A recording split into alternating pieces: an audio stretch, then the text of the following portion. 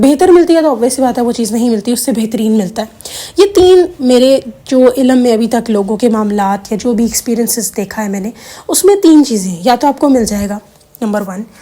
یا پھر وہ آپ کو کچھ ٹائم بعد ملے گا کیونکہ اس ٹائم رائٹ ٹائم نہیں ہوتا، نمبر 3 یا تو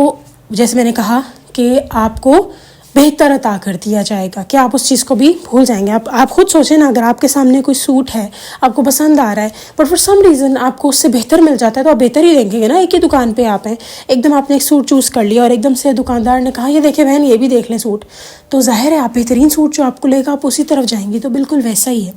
درود ابراہیم پڑھنے والوں کے ساتھ یہی حساب تھا۔ تو وہ جو بہن تھی ان کے ساتھ بھی کچھ یہی معاملہ تھا، وہ سمجھ نہیں پا رہی تھی کیا معاملہ ہے،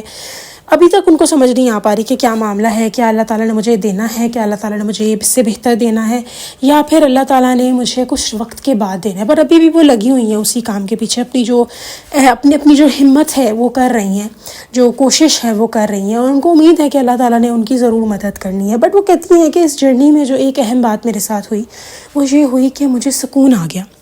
تو کہتی ہیں کہ ابھی مجھے ایک ہی دروازہ کھلا ہوا نظر آ رہا ہے تو میں اسی دروازے کے اوپر محنت کر رہی ہوں اسے کھولنے کی، لیکن جب مجھے دوسرا دروازہ نظر آ جائے گا تو میں دوسرے دروازے کی طرف چلی جاؤں گی، لیکن اس دوسرے دروازے کا یا تو میں انتظار کر رہی ہوں یا اس دروازے کھلنے کا انتظار کر رہی ہوں۔ تو پہلے جو شدت تھی کہ بس یہ کھل جائے دروازہ، کہتی ہیں وہ ایک دم ختم ہو گئی۔ اور اب یہ ہے کہ ہاں کہتی ہیں کبھی کبھی کچھ ڈیز ہوتے ہیں جب ایک دم سے وہ ابھر جاتی ہے، وہ یہ کیوں نہیں ہو رہا، کبھی obvious بات ہے شیطان تو اپنے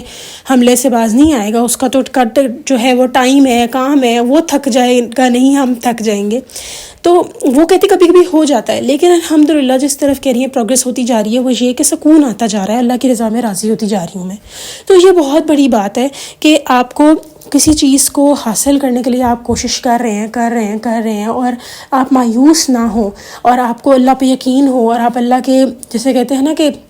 اللہ کے فیصلے پر سر تسلیم خم کر دینا، بالکل وہ والی بات ہوتی ہے کہ اللہ کے اس فیصلے کو مان لینا، یہ بھی ایک ثواب ہے۔ اور قرآن پاک میں اللہ تعالیٰ کہتے ہیں نا کہ تمہارا صبر بھی تو ہماری ہی طرف سے ہے۔ اب یہاں شاید انہوں نے حضرت محمد مصطفیٰ صلی اللہ علیہ وسلم کو مخاطب کر کے کہا ہے، یا ہم انسانوں کو مخاطب کر کے ہے، بٹ یہ بات انڈرسٹینڈ آپ لوگ کریں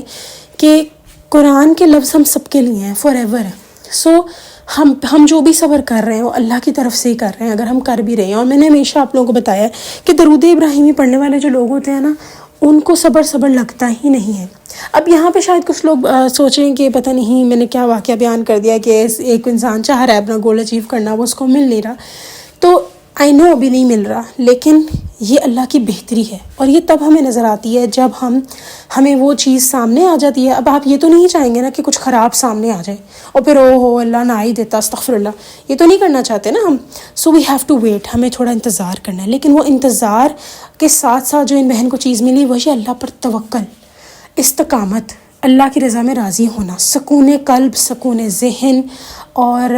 ہر وہ چیز جو ہمیں اللہ قریب کرتی ہے، یہ بہت بڑی بات ہوتی ہے۔ ایک بہن تھی، وہ کہتی ہیں کہ اس طرح ان کا دل ایک دن ہوا کہ وہ کوئی ایسی کوئی چیز دیکھیں، کوئی ڈرامہ دیکھیں، کوئی ناول پڑھیں یا کچھ اس طرح، تو ایک دم سے کہتی ہیں کہ میرے دماغ میں خیال آیا کہ اگر میں نبی پاک صلی اللہ علیہ وسلم کی زیارت کروں یا کچھ اس طرح کا معاملہ ہو میرے ساتھ تو میں ان کو کیا جواب دوں گی کہ میں یہ کام کر رہی تھی۔ تو 2 منٹ کے لیے ریئلائزیشن اگر جس انسان کو ہو تو اس کی بھی ایک دم سے روح کانپ جائے گی کہ واقعی یہ کتنی گہری بات ہے کہ اگر کبھی مجھے زیارت ہوگی نبی پاک صلی اللہ علیہ وسلم کی، یا آج رات ہوگی سونے سے پہلے، تو میں ان کو کیا بتاؤں گی میں یہ کام کر رہی تھی۔ تو یہ بات انڈرسٹینڈ کرنا بہت ضروری ہے کہ ہم لوگ کس کرائیٹیریا پہ فال کرتے ہیں۔ اور ایک بات اور چھوٹی سی کروں گی کہ یہ بات اس بات کی نشانی ہے کہ آپ کو نبی پاک صلی اللہ علیہ وسلم سے محبت ہے جب آپ ان کی بات سن کے آپ کی آنکھوں میں آنسو آ جاتے ہیں، جب حضور اکرم صلی اللہ علیہ وسلم کا خیال آتے ہی آپ ایک دم ان کی کوئی بھی واقعہ سن کے آپ ایک دم آپ دیدہ ہو جاتے ہیں، حالانکہ خوشی کا بات ہو، ہنسی کی بات ہو، پراؤڈ مومنٹ کی بات ہو۔ کسی نے کہا تھا کہ غرور اللہ کی چادر ہے، اللہ پہ سوٹ کرتا ہے۔ بالکل ویسے ہی درود ابراہیمی اس امت کا سرمایہ ہے، اور یہ پڑھنا ہم پہ سوٹ کرتا ہے، اور جس شان کے لیے ہم پڑھ رہے ہیں، اللہ کے لیے بھی پڑھ رہے ہیں اور نبی پاک صلی اللہ علیہ وسلم کے لیے بھی پڑھ رہے ہیں، ان پہ بھی سوٹ کرتا ہے کہ ان کے لیے پڑھا جائے، بے شمار پڑھا جائے۔